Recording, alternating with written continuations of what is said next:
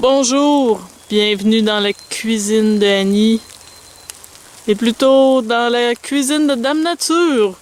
Aujourd'hui c'est le printemps, les feuilles sont pas encore sorties, une petite pluie tranquille.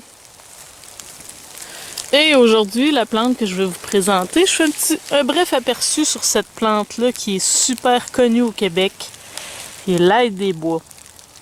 L'ail des bois, c'est une plante menacée d'extinction.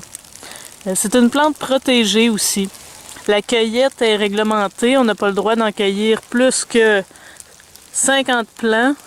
Et puis surtout la vente est réglementée, hein, vous avez compris.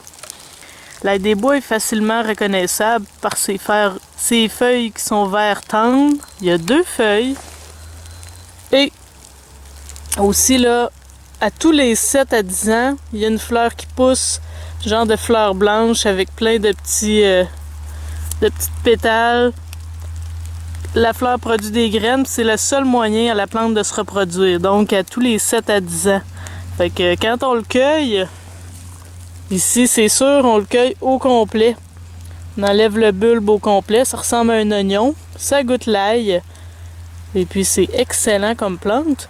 Mais quand on le cueille, malheureusement, là, on enlève toute la plante au complet. Donc impossible pour elle de se reproduire. Ce qui fait qu'elle disparaît facilement. Ici j'en ai plusieurs spécimens. Et étant donné que la culture ici là, est assez restreinte, je vais les laisser se reproduire dans les prochaines années. Et pour éviter que la plante meure, je vais juste cueillir les feuilles, parce que de toute façon, les feuilles vont mourir dans quelques jours.